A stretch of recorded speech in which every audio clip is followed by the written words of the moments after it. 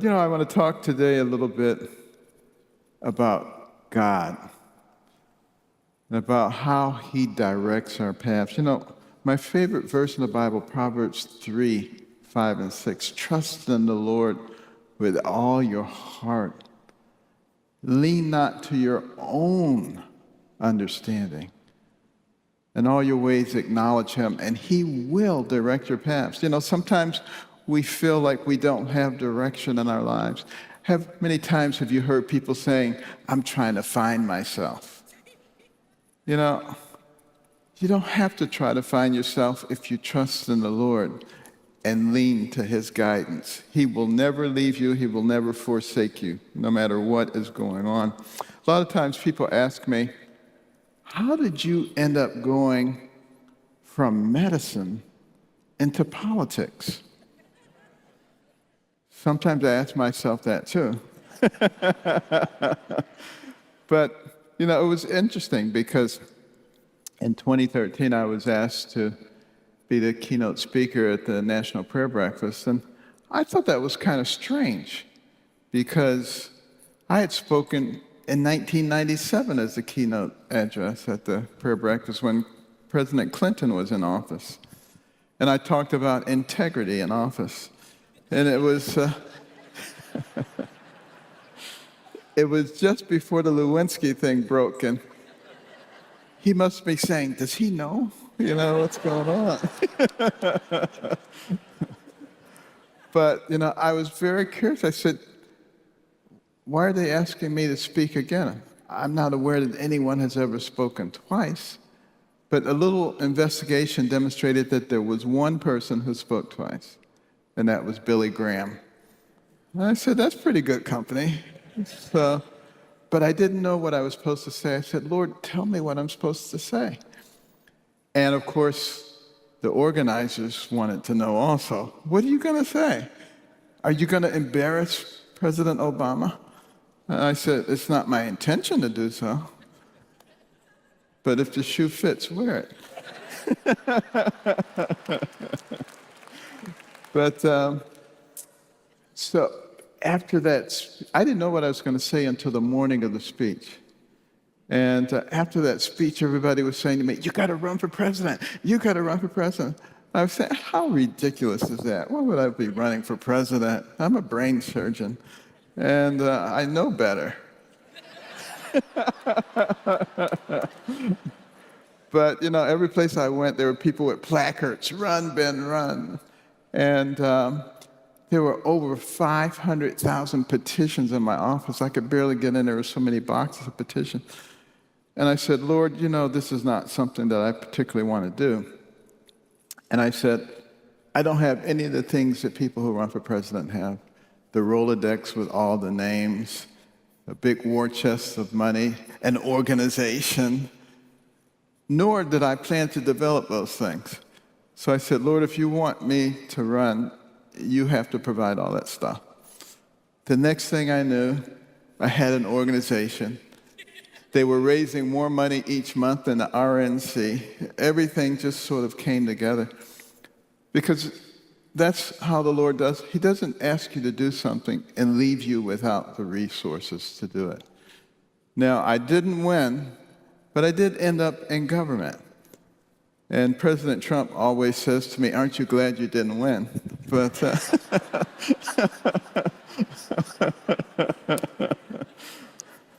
but, God has purposes and things for us to do. And, as the Secretary of HUD, I saw that all of these government programs were just producing dependency, and that we needed to do things to make people self-sufficient, and started working toward that with the Envision Centers. It comes from the Bible, from Proverbs 29:18. It says, without a vision, the people perish. And there were a lot of people out there without a vision, and they were perishing.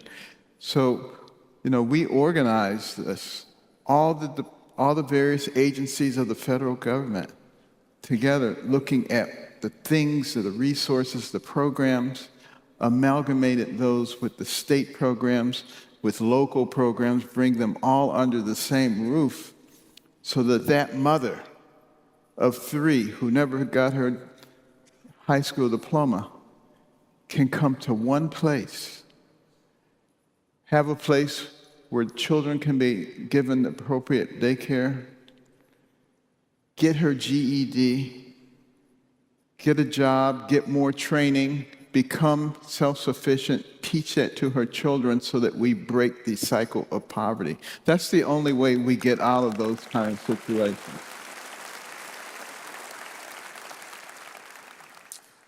But of course, it was very interesting when I got to HUD. There had not been a CFO for 8 years.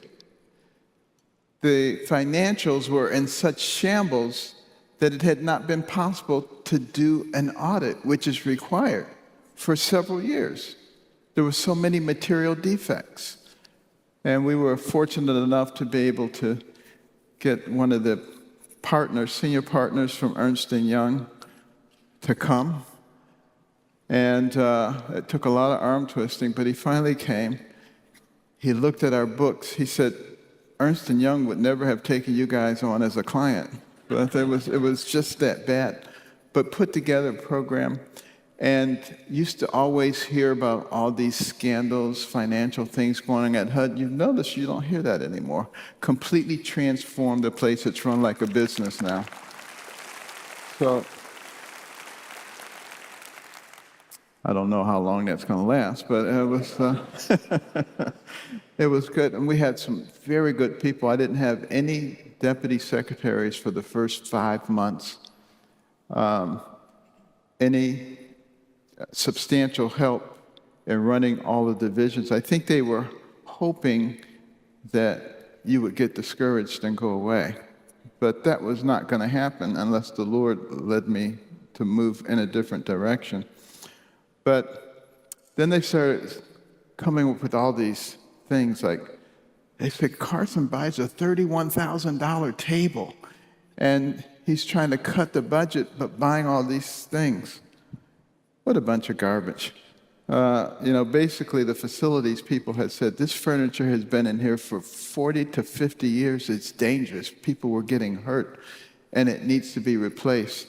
And it wasn't a table, it was 17 pieces of furniture. And, they had everything going. Carson should resign, he's unethical. And of course, an investigation took place, cost the taxpayers over $1 million investigating this supposed table. Of course, they found nothing because there was nothing to find. And then they said, but his family's involved. His wife has an office at HUD. That was a $2 million investigation. It showed nothing. And after all these investigations and all their accusations, crickets. They don't say anything about it. But they did stop bothering me because I think they began to realize that if you don't put any skeletons in the closet, they're not going to come back out. And that's something that we have when we try to live according to the principles that God has given us. You don't put skeletons in the closet, so you really don't have to worry about anything coming out. Now, a little disclaimer from me. Everybody makes disclaimers these days. My disclaimer, I am not politically correct. Okay, so, I don't believe in political correctness. In fact, as I said during that National Prayer Breakfast in 2013, I think political correctness can lead to the destruction of our country, because it really is freedom of speech that we're talking about. Liberty to think the way that you want to think and to live your life the way you want to live it. And now you've got people telling you what you can say and how you can say it, and trying to take control of every aspect of our life. And some people say, well, it's not really restriction of freedom of speech because the federal government's not doing it. Guess what? If big tech and the media is doing it and the government is compliant, it's exactly the same effect. You lose your liberty, you lose your freedom of speech. And we must recognize that because we must fight against those things. Our Constitution, I believe, was inspired by God, and it works extremely well to preserve our freedoms, but you have to follow it. And the only way you follow it is if the people hold the politicians' feet to the fire. So it's important to know who you're voting for and what they stand for and what they have voted for. And just don't look for that name that looks familiar on the ballot, which so many people do. They say, I know that name. It could be Satan, but I know that name.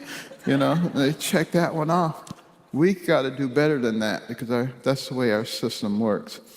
And also, it's okay to disagree with somebody. They don't have to become your enemy just because there's a disagreement. The United States of America is a very powerful nation. We cannot be brought down by China or Russia or North Korea or Iran, but we can be brought down from within. Jesus said, a house divided against itself cannot stand. Never has stood, it never will stand. And we have to resist the forces of division and hatred that are attempting to destroy us as a nation. Well, interestingly enough, as a youngster growing up in this nation, I used to hear people saying all kinds of horrible things and how you can't make it in this society and how it's a racist society systemically. And there's all this crap going on all the time. But unfortunately, I wasn't a very good student. And that's putting it mildly. I was a terrible student. People used to tease me and call me dummy and all kinds of names. And I tried to act like it didn't bother me, but it did. It bothered me a lot. But I had a way of getting back at my classmates because I was very good at one thing, and that was getting other people kicked out of class. I knew how to do that because I would study my classmates, figured out what made them really angry, and then I would just irritate them until they were about to explode. But I would never push the last button to make them explode until we were in class and the teacher was nearby. And then they would explode and the teacher would kick them out and I'd say, yeah, because I wouldn't be the only one who didn't learn anything that day. But there was this one girl. You all know this girl, Miss Goody Two Shoes. Some of you were probably her. Everything perfect, pristine, made everybody else look like a total jerk. I said, wouldn't it be great to get her kicked out of class? So lo and behold, we came in from recess. She sat right down in the seat in front of me. I said, the Lord is good. And I started irritating her and she was so mad. The steam was coming out of her ears. She was ready to explode.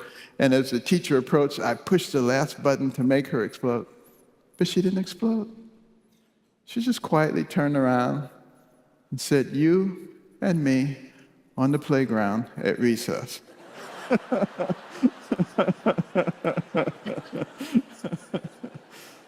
So that didn't work out all that well. I did learn to stop teasing people. But my mother believed in me when no one else did. My mother was probably the wisest person I've ever known. Had less than a third grade education, but she had a lot of faith in God. And, she worked as a domestic, or at least that was the cover, because she was really a spy. And she would look at these beautiful homes that she cleaned and try to figure out why these people were so successful. And she concluded that they read a lot and they studied a lot. And she came home and imposed that on me and my brother. And we were not happy campers, believe me. In today's world, we would have called social services and they would have taken her away in handcuffs. But in those days, you had to do what your parents told you to do. And we had to read these books. She made us read books and write reports, which she couldn't read, but we didn't know that. And it was very fascinating because in the beginning, I didn't want to read the books. I didn't like reading the books. But as I started reading about incredible people with incredible success, surgeons and explorers and entrepreneurs, I began to recognize that the person who had the most to do with what happened to you in life was you. It wasn't somebody else. No one could stop you. And, my study patterns began to be different. Same thing with my brother. Went from the bottom of the class to the top of the class, much to the consternation of a lot of the students who used to tease me and call me dummy, who are now coming to me saying, Benny, how do you work this problem? And I would say, sit at my feet, youngster, while I instruct you. I was perhaps a little obnoxious, but it sure felt good to say that to those turkeys. But, the interesting thing is, I became, the top student by the time I was in the 8th grade. And they used to have a special program and a big ceremony, and there was an award for the top achieving student. And I was hoping that I would be that top achieving student. I was the only black student in the class. And I took my report card around to each teacher. They all put an A on it. I got to the last class, which was band, and I was very good in band, so I knew I'd get an A in that. And the turkey gave me a C to ruin my report card so I wouldn't get the award. To his chagrin, band didn't count, so I got it anyway.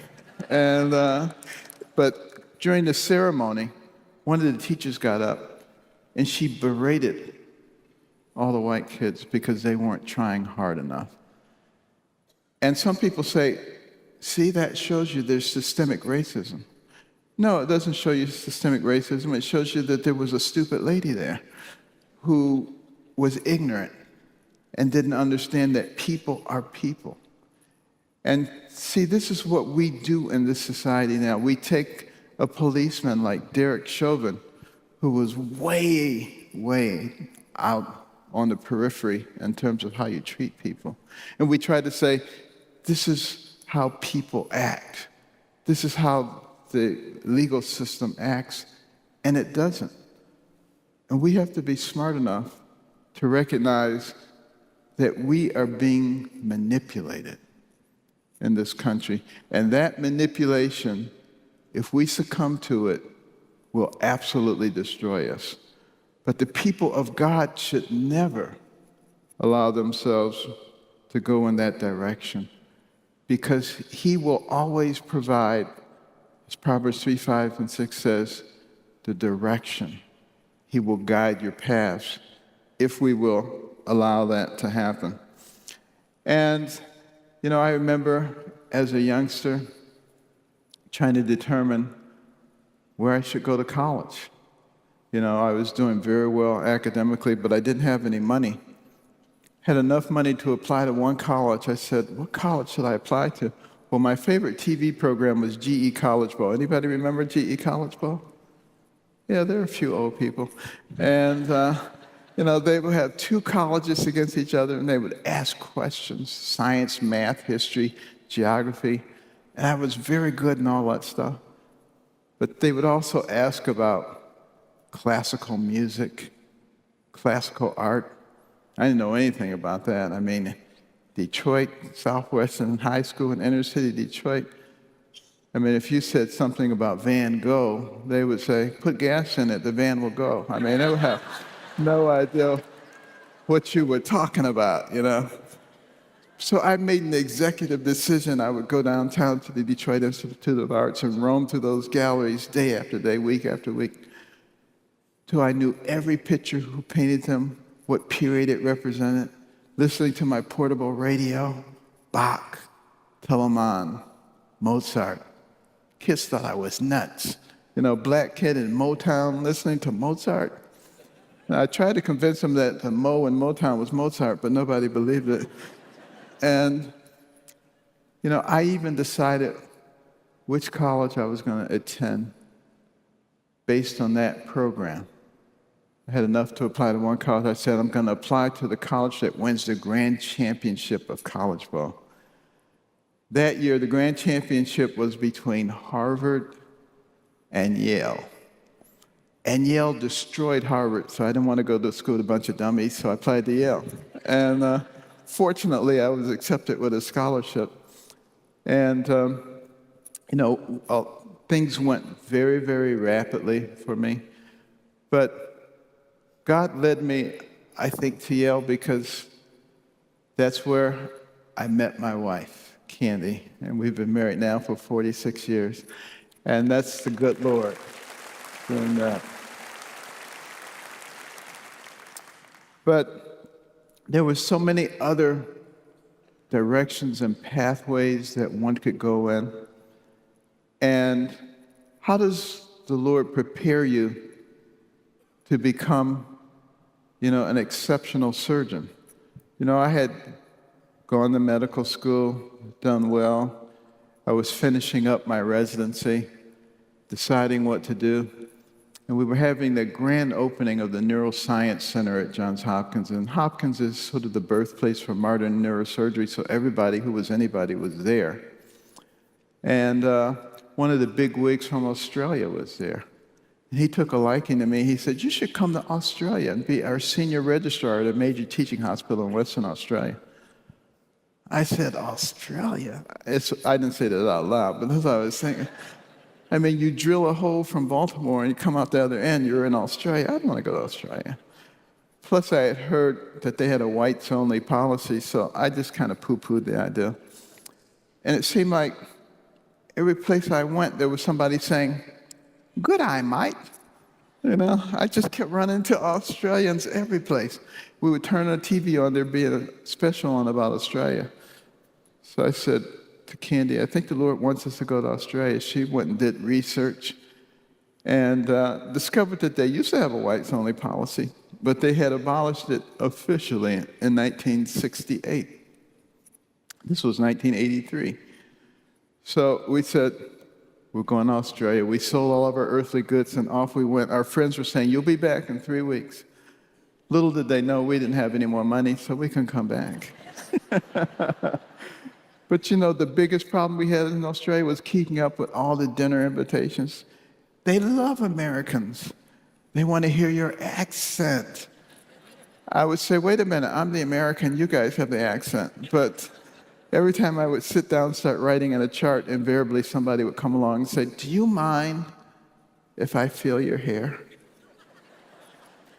I would say, you can feel it, but it's going to cost you $10. But I would tell the Aussies, I can't remember any of your names because you all look alike. But, but it was an incredible experience because there were only 4 neurosurgical consultants in all of Western Australia. And once they discovered that I could operate, they left me in charge of the major teaching hospital.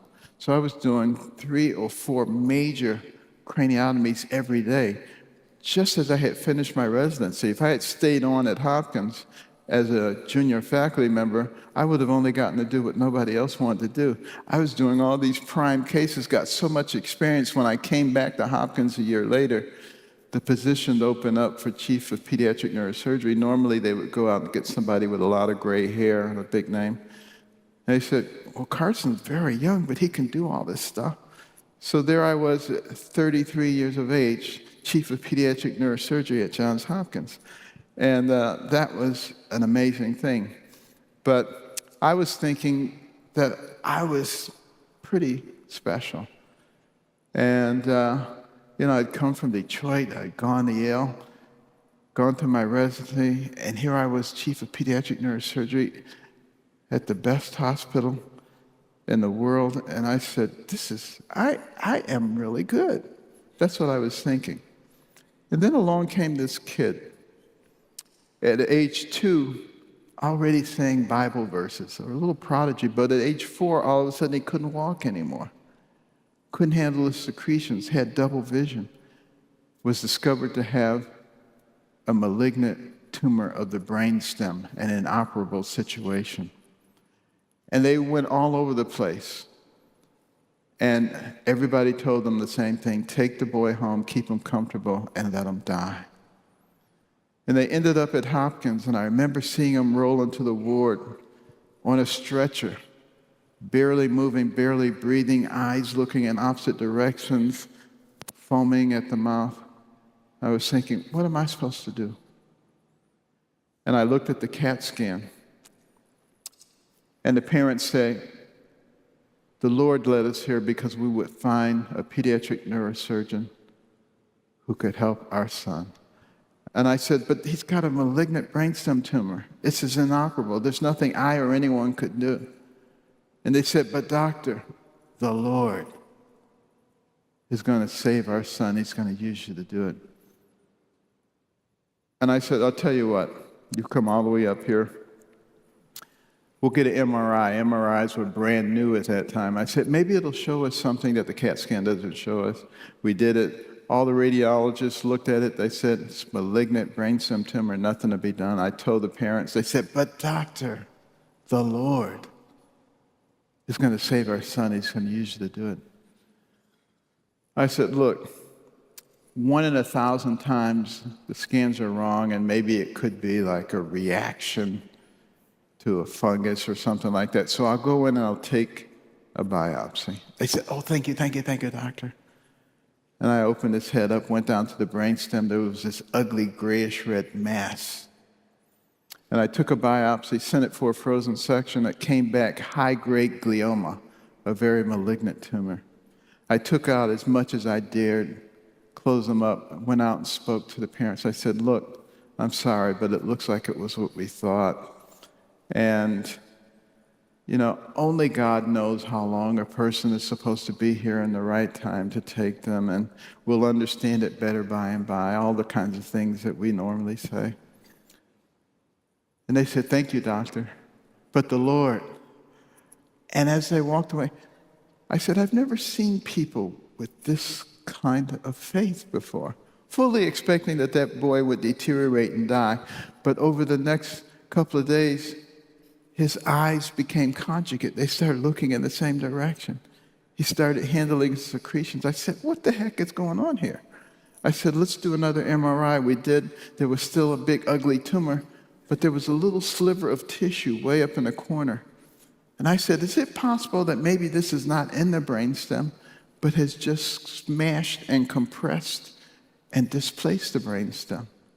And I said, maybe I should go back in. And the parents said, by all means.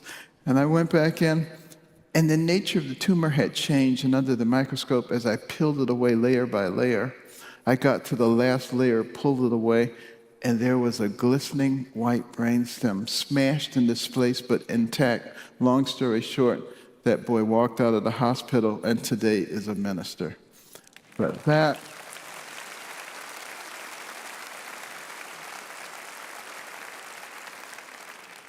Actually, when I was campaigning for president, he actually came to several of my events and spoke.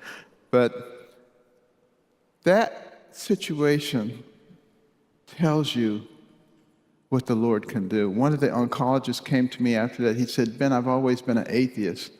Now I'm a believer.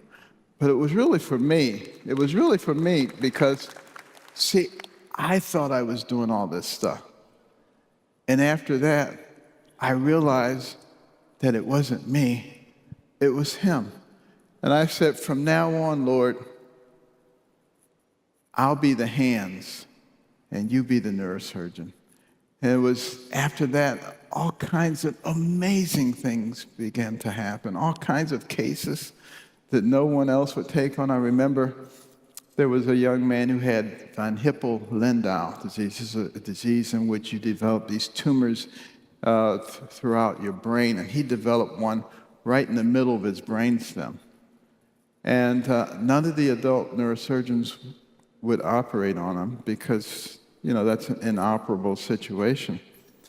Unfortunately for me, his wife was a nurse on the pediatric neurosurgery service. And she said, you got to operate on my husband. I said, but he's an adult. I'm a pediatric neurosurgeon. She says, he acts like a child. So,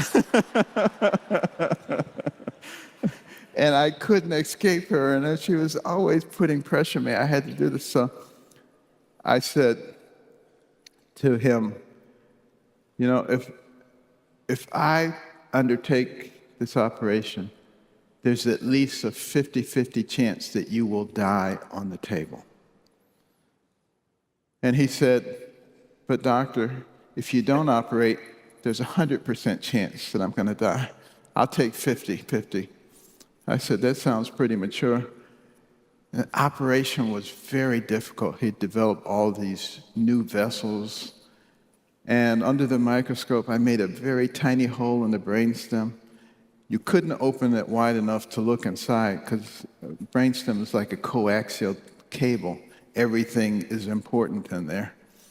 So I just made a little hole and put a probe in and felt for something that felt different. And I felt it and put a little grasper in, started pulling it out, and very slowly delivering it through this very small hole. And then the evoked potentials went flat. And the anesthesiologist said, the evoked potentials are gone. You killed him. He's dead. Because he was very much against the operation. And he says, I told you you were going to kill him. Well, got it all the way out, closed him up. He went to the ICU. Everybody was quite sad. But the next morning when I came in, he was sitting up in the bed. He had been extubated, and he was telling jokes. And he went, I did very well, And I knew that I didn't do that. I knew who did do it. And that kind of characterized my whole neurosurgical career. And there were so many other things that happened. The Banda operation. These were craniopagus twins joined at the top of the head, facing in opposite directions.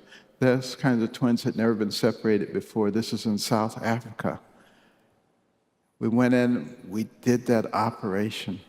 It took 28 hours. And we had reached a point in that operation where it looked impossible. It looked like spaghetti, red spaghetti and blue spaghetti. They were all mixed, trying to figure out how do you separate them. It's like trying to defuse a time bomb. And I just sat down and started trying to remember all the things that I had seen on the computer, because I couldn't bring the computer from America with me in terms of where the different vessels went. And I don't even remember what happened over the next several hours. But the other neurosurgeons in the room told me afterwards they couldn't believe what I was doing. And I knew it wasn't me. But when we finished that operation after 28 hours, one of the twins popped his eyes open, reached up for the tube. By the time we got to the ICU, the other one did the same thing. Within 2 days, they were extubated. Within 3 days, they were eating. Within 2 weeks, they were crawling. Today, they are adults who are perfectly fine. That is the power of God. And before that operation, I had tried separating another set of twins from South Africa, and it had not worked. And I was very disappointed. But during that operation, we had put together a team and the equipment that made it possible to be successful in the other operation subsequently. And sometimes God takes us through some trials to give us what we need in order to be able to accomplish something else.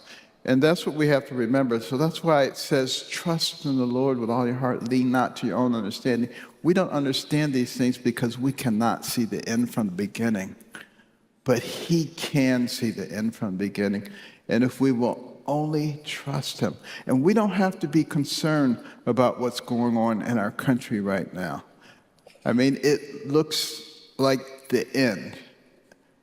But do you really think God's going to neglect us at this point? If he was willing to save Sodom and Gomorrah for 10 people, we're good, okay? Don't worry about it. Just trust in the Lord with all your heart. And I just want to close with a prayer. Our kind Father in heaven, we are so thankful that you never forsake us, that you never neglect us, that you are always there for us, no matter what is happening, that you will give us the direction, that you will give us the strength. We thank you, Lord Jesus, for your sacrifice. To you, all lives are important, and you died for every life. And let us be your eyes and your ears and your hands on this earth to bring about your will, we ask in the very worthy name of Jesus.